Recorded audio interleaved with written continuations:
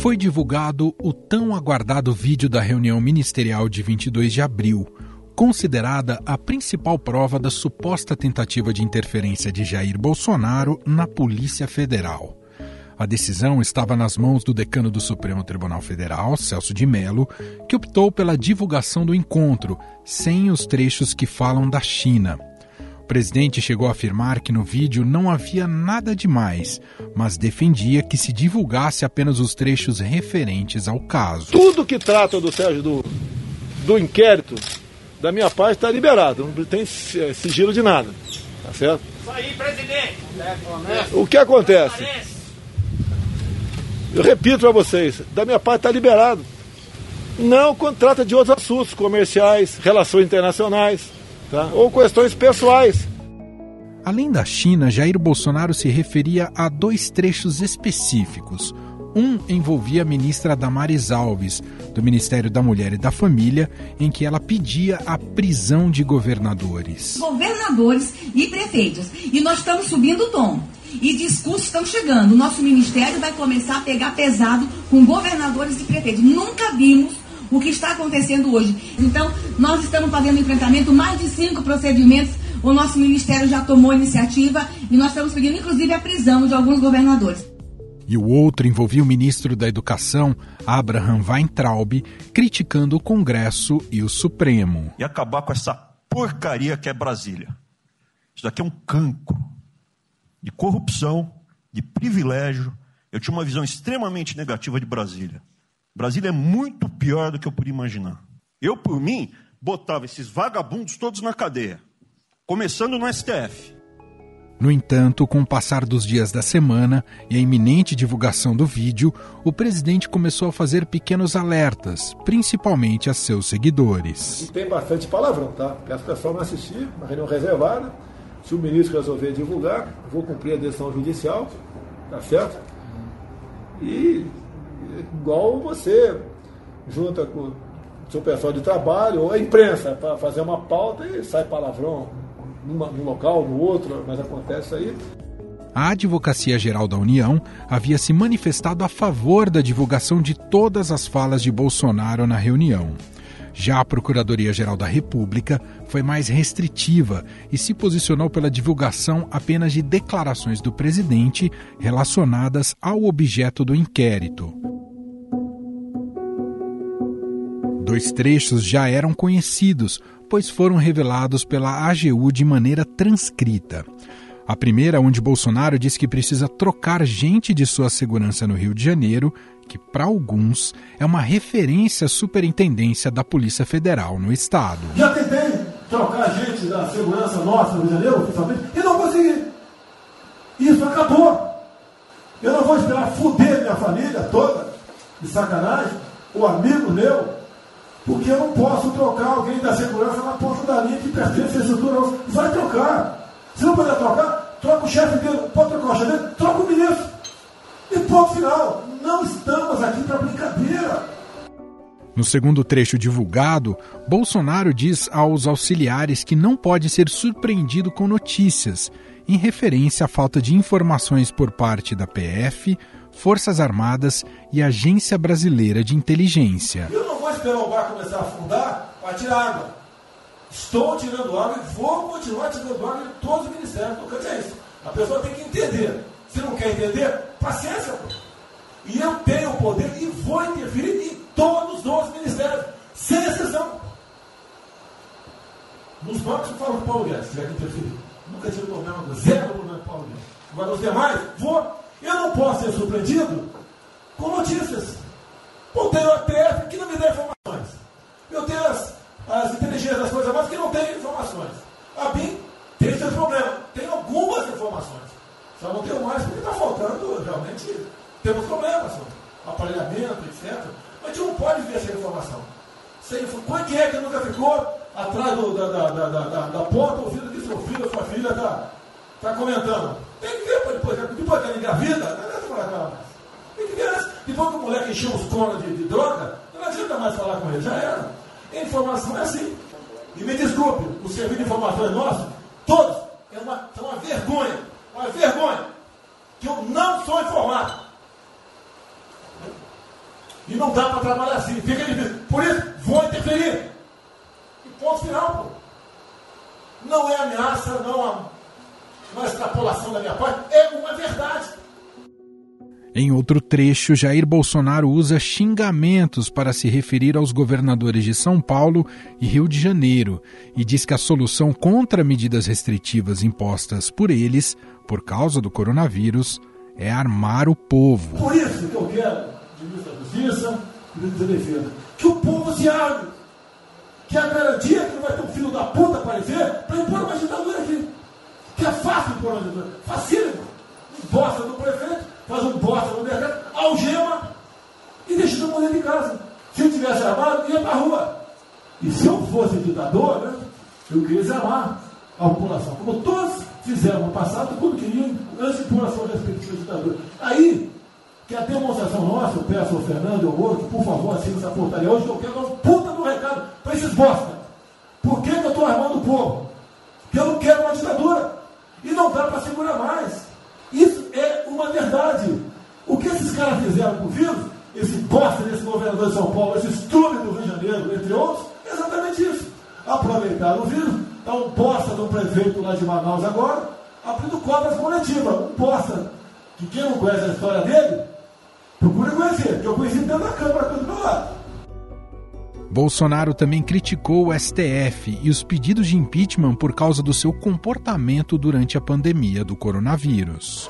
Por exemplo, quando se fala em possível impeachment, ação no Supremo, baseado em filigranas, eu vou em qualquer lugar no território nacional. Ponto final. O dia que for proibido de ir para qualquer lugar do Brasil, pelo Supremo acabou o mandato. E espero que eles não decidam, ou ele, né, monocraticamente, querer tomar certas medidas, que daí nós vamos ter uma crise política de verdade. E eu não vou meter o rabo dentro das pernas. O presidente também cobrou os ministros a se posicionarem contra as medidas tomadas por governadores e prefeitos. Tem que se posicionar sobre isso abertamente. Não admitimos prisão por parte do prefeito no decreto. Tem que falar, não é ficar quieto. E quem direito aqui, todos eles têm que falar isso aí, não é só a justiça. Todos têm que falar. Não é ficar, toca o barco não e vamos em frente. Tá? Então esse papel é vocês, pô. Essa preocupação, acordem para a política e se exponham. Afinal de contas, o governo não só. E se eu cair, cai todo mundo. Agora vamos cair. Se vai cair um dia, vamos cair lutando, de uma maneira justa, não por uma babaquice de exame antivírus, pô. Pelo amor de Deus, pô. Um outro trecho da reunião do dia 22 de abril também chamou a atenção. O ministro do Meio Ambiente, Ricardo Salles, sugere aproveitar o momento em que a atenção da mídia está voltada para o novo coronavírus e publicar portarias polêmicas que poderiam ser judicializadas. Essa grande parte dessa matéria, ela se dá em portarias e normas dos ministérios que aqui estão, inclusive o de Meio Ambiente. E que são muito difíceis, e nesse aspecto acho que o meio ambiente é o mais difícil de passar qualquer mudança infralegal em termos de instrução normativa e portaria, porque tudo que a gente faz é pau no judiciário, no dia seguinte.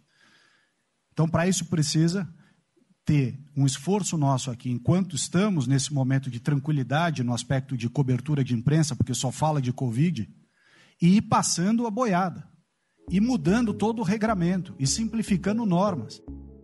Para analisar o teor dessa reunião e como fica a imagem do presidente e de seus ministros perante a opinião pública e política, eu converso agora com o editor do BR Político, Marcelo de Moraes, e com o cientista político da Tendências Consultoria, Rafael Cortes.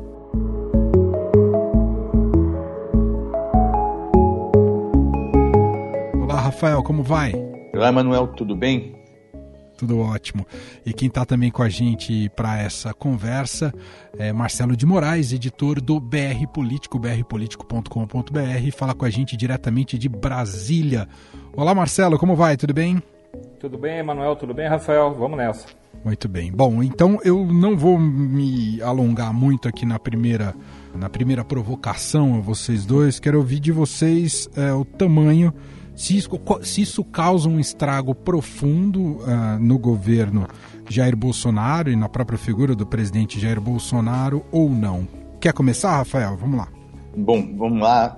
acho que farto material, são vários aspectos que a gente pode abordar desse vídeo, enfim, de tudo que aconteceu. Eu vou deixar de lado, em tese, a motivação inicial, né? Tinha muito a ver com a questão do inquérito, que eu vou chamar aqui de Moro versus Bolsonaro, para antes da gente entrar nesse aspecto que eu acho que é importante, fazer uma análise um pouco mais geral da reunião e o que ela traduz em termos do exercício do poder do bolsonarismo. Acho que esse, para mim, é um ponto bem relevante. E o que foi muito curioso, né, é que o início da reunião, ela foi, nas palavras dos próprios presentes, né, do secretário da Casa Civil, o general Braga Neto, de que a motivação seria,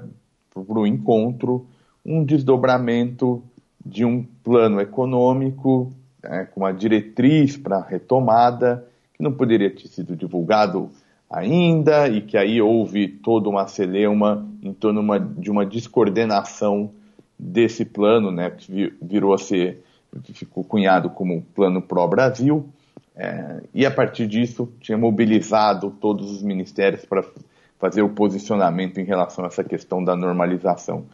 Uma boa parte do que se seguiu da reunião, contudo, foi basicamente o governo, né, o poder executivo,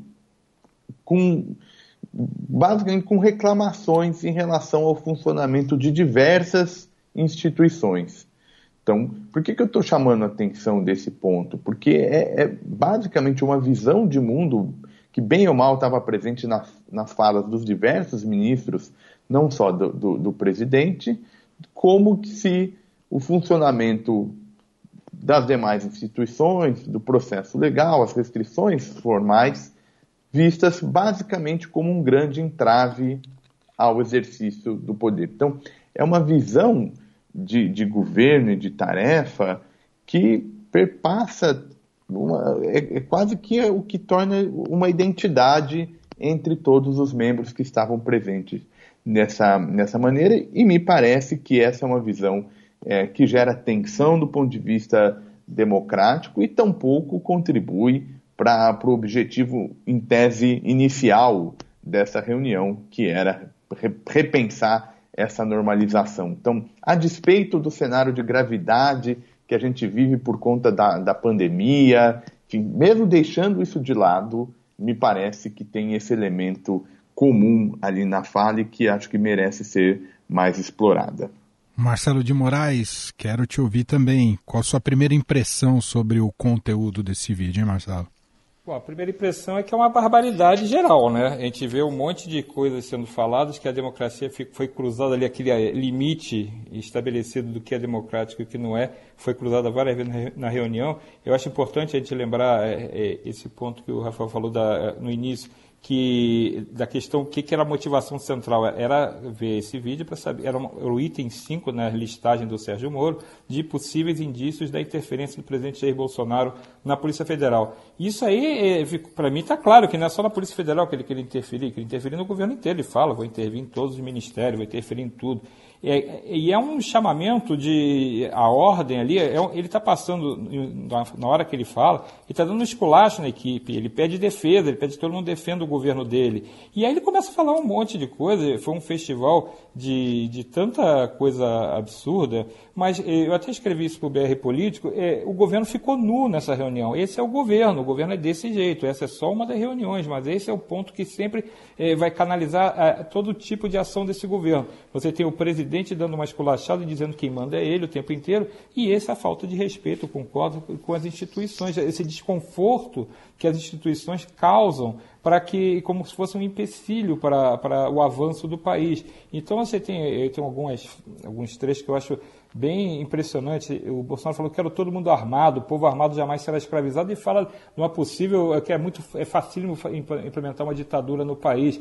Aí a gente fica pensando, mas ditadura de quem? Da esquerda que ele quer? Aquelas teorias de conspiração que sempre aparecem. Aí você tem o ministro da Educação falando que tem que prender, deveriam estar presos os ministros do Supremo Tribunal Federal. Aí você tem a ministra das Mulheres e dos Direitos Humanos falando que vai pedir, depois da pandemia, a prisão dos governadores e prefeitos pelo que eles estão fazendo. E aí você vê mais uma quantidade absurda de falas desse tipo. O próprio presidente coloca que ele não vai enfiar o rabo entre as pernas em relação ao Supremo, quer dizer, mais uma atravessada, mais um confronto. Então, eu acho grave, acho que tem muita coisa que foi dita ali que pode realmente ter desdobramento legal, inclusive, essa fala do ministro Weintraub, por exemplo. O pessoal do Supremo certamente vai se manifestar, certamente vai reagir. Você tem também a questão da interferência da PF, que é o mote dessa discussão, desse inquérito. Ele, para mim, está claro, mas já estava claro desde a divulgação do trecho que se falava isso. Acho que esse, para mim, é ponto pacífico, mas aí cabe a interpretação dentro do inquérito. E você tem, claro, um desdobramento político. Os bolsonaristas em si estão achando bom o vídeo, estão achando boa a divulgação, porque eles acham que Bolsonaro se afirmou como o líder popular que ele só pensa no povo, que ele defende o povo. Tá aquela guerra de narrativas que a gente já conhece e que eu acho que eles vão tentar martelar que Moro não provou nada, que o presidente está querendo o bem do povo e que as instituições, na verdade, só atravancam e só atrapalham. Eu acho que tem muita guerra ideológica pela frente nas próximas semanas por conta desse vídeo. Bom, pegando carona nisso que disse o Marcelo de Moraes, Rafael Cortez, e foi um pouco também daquilo que você apresentou inicialmente aqui para a gente, é quase como se fosse um esperneio da pior espécie, já que não tem um linguajar muito republicano, de não conseguimos jogar com essas regras democráticas e eles só nos atrapalham se não nos deixam governar. Um pouco o teor da reunião, a gente poderia resumir assim, Rafael? Porque são bravatas, são frases fortes que na maioria dos casos não produziram de fato decisões, mas o importante é ver a visão de mundo, né? Então, fundamentalmente, é um governo que tinha várias dificuldades no fronte político. O próprio presidente faz essa chamada de atenção do Ministério de Questões Políticas. Claro que, por olhar dele, não era só uma defesa política do governo, mas era quase que um confronto, quase que sinônimo da defesa política da administração como sinônimo de confronto com as demais instituições. Tá? Então é um governo que tem um problema político bastante significativo, não tinha poder de agenda e, portanto, dos vários pontos em que apareceu como objeto de crítica, e aí eu me refiro à política pública, basicamente o governo não se mobilizou para fazer o convencimento dos demais atores políticos. Tá?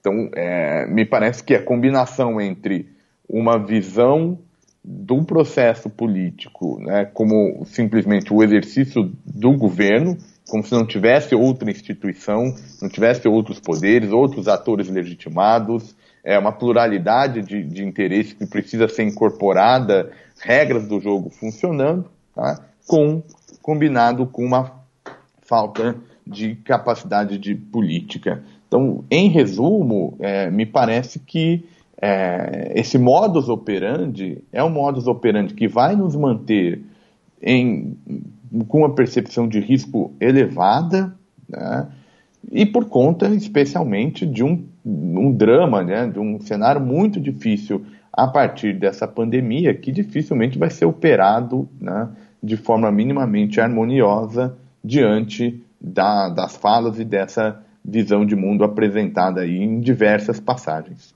Marcelo de Moraes, eu quero saber o preço dessa reunião na classe política. A gente já vê o Bolsonaro entregando cargos para o Centrão. A partir do momento que se percebe que essa reunião pode ter, dar maior fragilidade, né, ao presidente Jair Bolsonaro, isso vai aumentar a fome do Centrão? O Centrão já está mais faminto agora, Marcelo?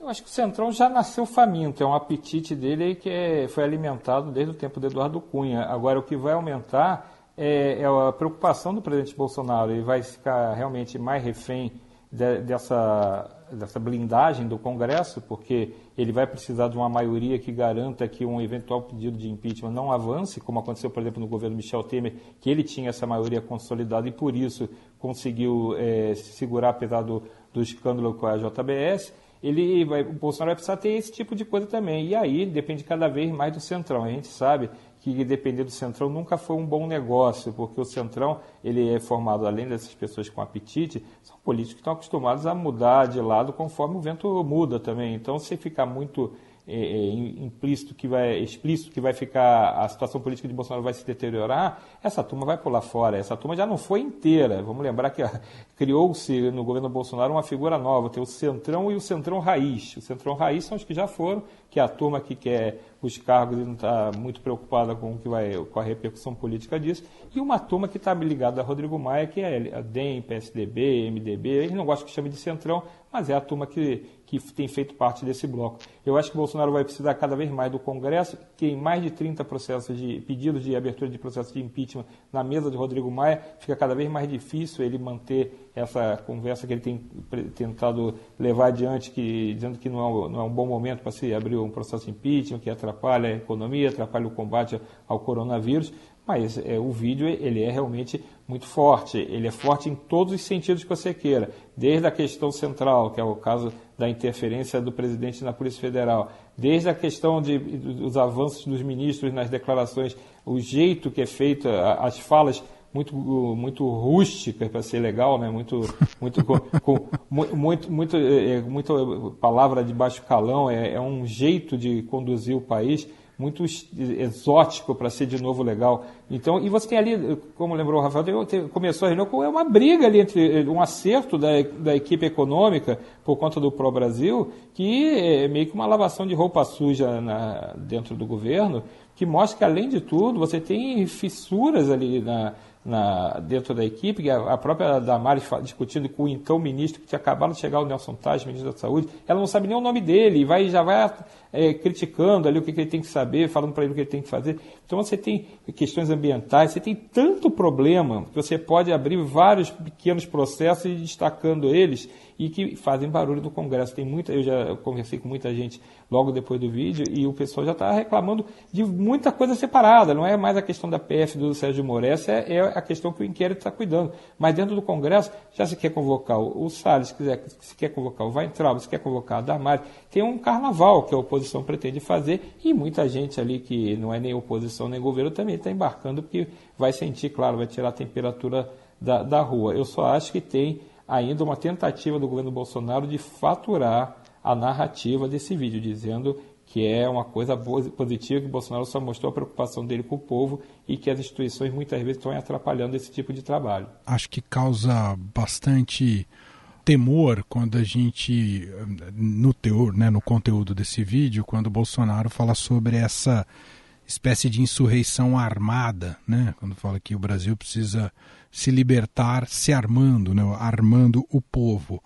O quanto há de risco, né, de tomadas, a gente já sabe de como o autoritarismo do Bolsonaro tem se espraiado em diversos níveis e se colocado em choque com as instituições. Mas quanto há de risco com que essa paranoia acabe apresentando atos ainda mais radicais para a democracia brasileira, hein, Rafael? Ou vai ficar só no campo da retórica? Não me parece.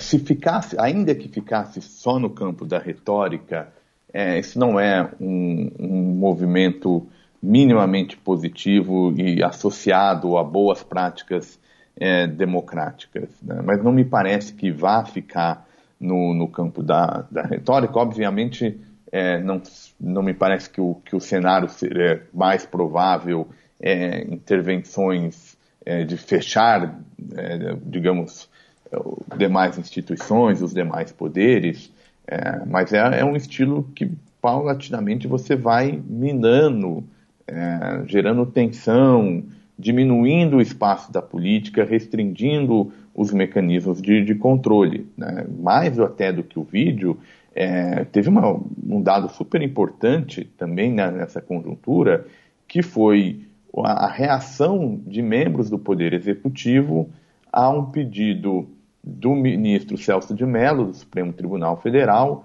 à Procuradoria-Geral da República para fazer uma manifestação em relação ao pedido de investigação, enfim, envolvendo um aparelho celular do presidente. Houve uma nota do Gabinete de Segurança Institucional que basicamente dizia que quem define a régua do que pode ser ou não feito é o próprio Executivo, independente da questão legal, independente do órgão que controla a constitucionalidade.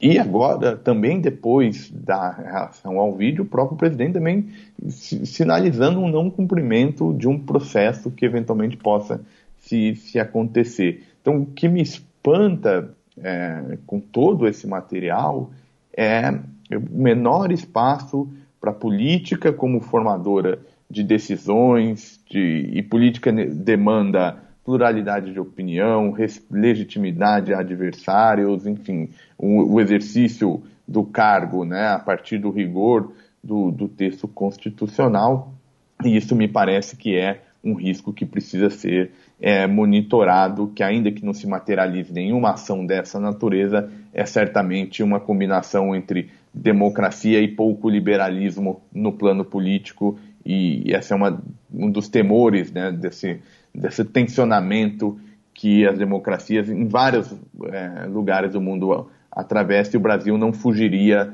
dessa tendência se não houver uma retomada, né, um novo equilíbrio na relação entre atores políticos com mandato representativo. Marcelo, acho que vale a gente frisar bastante, né?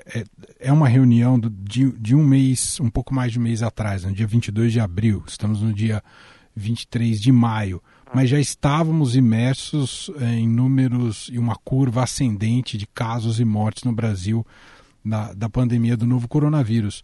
E por aquilo que eu vi desse vídeo, não há quase qualquer discussão, debate em relação a combate ao grande problema do país naquele momento. E isso também revela o quanto esse governo está desgovernado em relação a um problema sanitário gravíssimo, Marcelo. Se você rever o vídeo, o que eles falam é reclamações, tipo criticando a ação dos governadores, criticando a ação dos prefeitos. Então, assim, não tem... O ministro Nelson Tais tinha acabado de assumir, ele estava na primeira reunião ministerial, ele estava sentado ali até do lado do Ricardo Salles e tal, e mostra bem claro isso, e isso foi dia 22, essa reunião. Hoje a gente tem um quadro que só se agravou porque o presidente Bolsonaro e o governo tem, a exceção na época do ministro Luiz Henrique Mandetta na saúde, ele tem uma posição negacionista do vírus. Ele não trata a pandemia, nunca tratou, em nenhum momento ele tratou a pandemia como um problema real. Ele passou a ser um problema real quando ele começou a ver o reflexo disso na economia, e até hoje é o jeito que o presidente Jair Bolsonaro aborda a questão, com desdobramentos para a economia, o desdobramento do comércio, o desdobramento das indústrias. Esse é o lado que ele enxerga e que ele opera, que basicamente nós temos um Ministério da Saúde sem um titular. Hoje o titular, desde a sexta-feira passada, é o interino, o general Eduardo Pazuello. Quer dizer, você tem um não ministro tomando conta do Ministério há mais de uma semana, sem ser sequer médico. Então você não tem um especialista, não se tem notícia se ele vai ser efetivado ou se algum outro nome vai ser lançado. Você tem uma média de mortes que já pelo terceiro dia seguido passa de mil mortes registradas em 24 horas. Então você começa a estar cada vez mais alto o índice de contaminações e mortes. Você tem o Brasil no segundo lugar em número de casos, já são 330 mil na sexta-feira, então é o último dado que tem. E você tem o Brasil só subindo essa ladeira do coronavírus, sem que o presidente entenda qual a proporção, ou não queira entender a proporção. Acho que nós temos ali um retrato de como não era uma prioridade do governo esse combate ao coronavírus, como continua não sendo. Para o governo ele é visto como um problema para a economia. E, infelizmente, enquanto for assim, a gente tem muito pouca chance de melhorar. Está tudo depositado basicamente nos governadores e nos prefeitos. Quem conseguir fazer a melhor ação local vai acabar conseguindo diminuir a curva de contágio. Para a gente finalizar, ouvindo de você, Rafael Cortes, muito bem. Eu agradeço para essa edição extra aqui do nosso podcast, a participação de Rafael Cortes, cientista político da Tendências Consultoria, Tá virando tradição a edição extra de sábado. E obrigado, viu, Rafael Cortes? Eu que agradeço, Manuel, o convite. É sempre um prazer estar debatendo com vocês. Agradeço ao Marcelo ao debate e me coloco à disposição. Sensacional. E agradeço a Marcelo de Moraes, diretamente de Brasília, editor do BR Político, também mais uma vez participando aqui com a gente do programa. Obrigado, viu, Marcelo? Obrigado, Emanuel. Obrigado ao Rafael Cortes pela participação também. E então aí, vamos ver. Eu acho que ainda vai longe essa crise. A gente vai ter muito sábado ainda para comentar, Emanuel. Tem razão. Obrigado, meus caros. A edição extra do Estadão Notícias vai ficando por aqui. Contou com a apresentação minha, Emanuel Bonfim, produção e montagem de Gustavo Lopes e o diretor de jornalismo do Grupo Estado é João Fábio Caminoto. Para conversar com a gente, o nosso e-mail é podcast@estadão.com. Um abraço para você e a gente tem um encontro marcado na segunda-feira, às 6 horas da manhã, com mais uma edição do Estadão Notícias. Até lá! Estadão Notícias.